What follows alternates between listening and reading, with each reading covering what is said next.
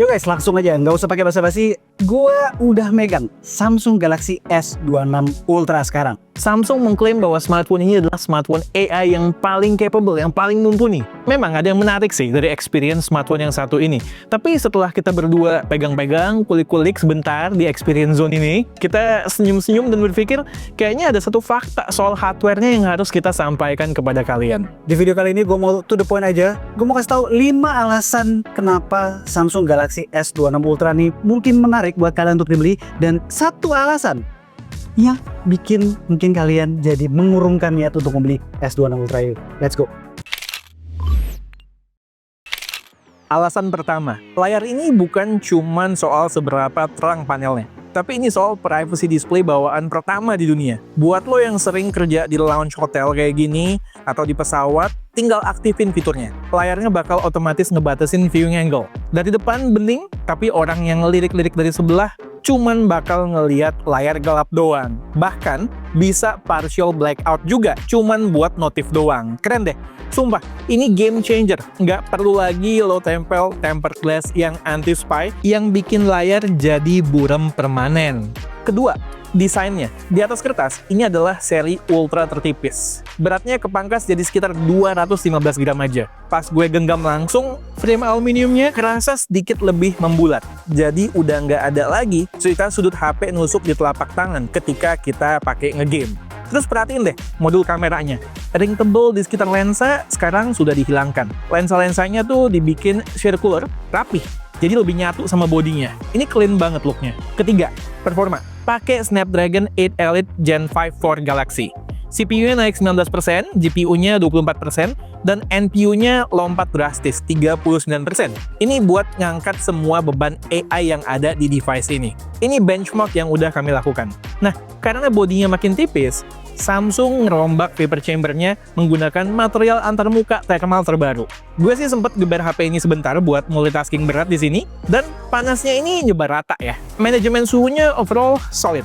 Tapi ini masih tes awal. Nanti lebih detail akan gue tes di full review.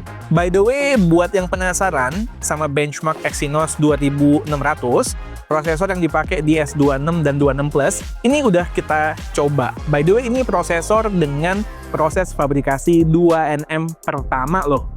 Yo guys, Fotofolia yang terdiri dari K2G, Droid Lime, iTech Live, dan juga Mas Mobi collab dengan sebuah brand HP bernama Casefolia. Kami kick off dengan S26 Ultra dari Samsung Galaxy. Ada case dengan material karbon Kevlar Aramid. Dia super tipis dan enak digenggam ketika menggunakan S26 Ultra. Semakin ganteng dan berasa solid device-nya di genggaman. Sporty lah pokoknya. Buat yang mau opsi lebih elegan, bisa coba varian leather case. Materialnya premium juga, terbuat dari leather Nappa yang biasa dipakai di kendaraan-kendaraan premium. Berasa mewah pokoknya S26 Ultra ketika menggunakan case yang satu ini. Semua jenis case tersebut ada beberapa varian warna. Lengkapnya bisa cek sosmed dan e-commerce-nya Casefolia. Linknya gue letakkan di deskripsi. Support kami ya! Keempat, kamera dan satu detail hardware yang penting. Kamera 200 megapikselnya punya bukaan yang lebih lebar. Jadi, video nightography-nya makin bersih dari noise. Super Steady-nya juga ketambahan opsi horizontal lock, biar video lo tetap lurus dan stabil, biarpun sambil lari atau dimiring-miringin smartphone-nya. Terus ada juga kodek video APV, yang merupakan jawaban Samsung, Qualcomm, dan Android terhadap protesnya Apple. Intinya, videonya virtually lossless. Nah, lalu soal S Pen nih. Di S26 Ultra, kita harus masukin S Pen-nya dengan posisi spesifik. Sisi tombolnya harus menghadap ke atas. Kalau kebalik, dia bakal agak menonjol keluar, jadi nggak full masuknya. Intinya sih ini butuh penyesuaian atau muscle memory dikit aja lah. Kelima, AI-nya sekarang beneran proaktif. Ini Galaxy AI generasi ketiga.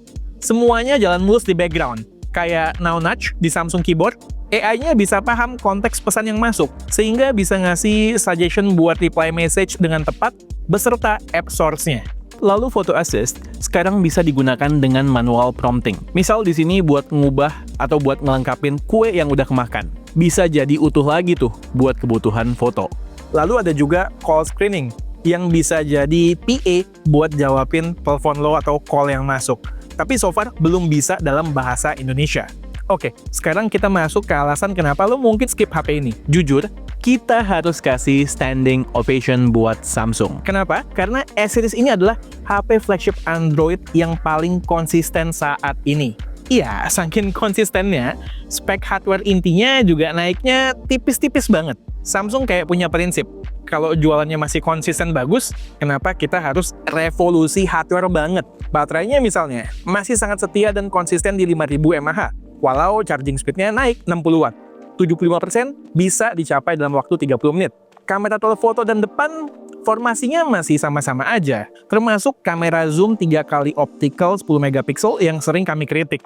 Output foto telenya ya kayak masih di antara iPhone dan juga smartphone flagship China lainnya.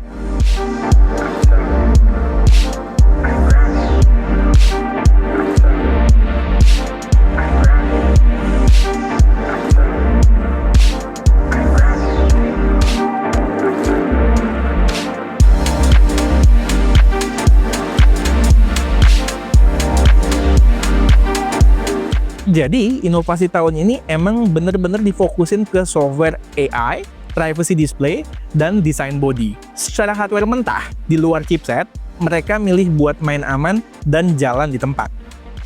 Alright, itu adalah Samsung Galaxy S26 Ultra. Pengalaman singkat kami berdua. Nah, kesimpulannya gimana? Gini, kalau kalian mencari sebuah smartphone yang punya display revolusioner, kayak privacy display tadi ya, itu benar-benar menurut gue gokil banget, seru banget, dan sangat useful. Terus kalau kalian mencari sebuah smartphone yang AI experience itu benar-benar udah mateng, S26 Ultra ini worth it untuk dibeli.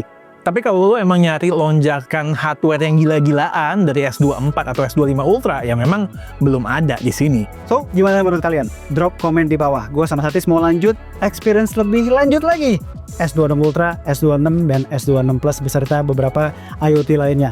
Masih ada di ruangan sebelah sana. Alright, sekian aja video dari gue kali ini. Gue Alesa. Gue Satish, and this is G2G. Tunggu acara contohnya berikutnya. Bye guys. Ciao.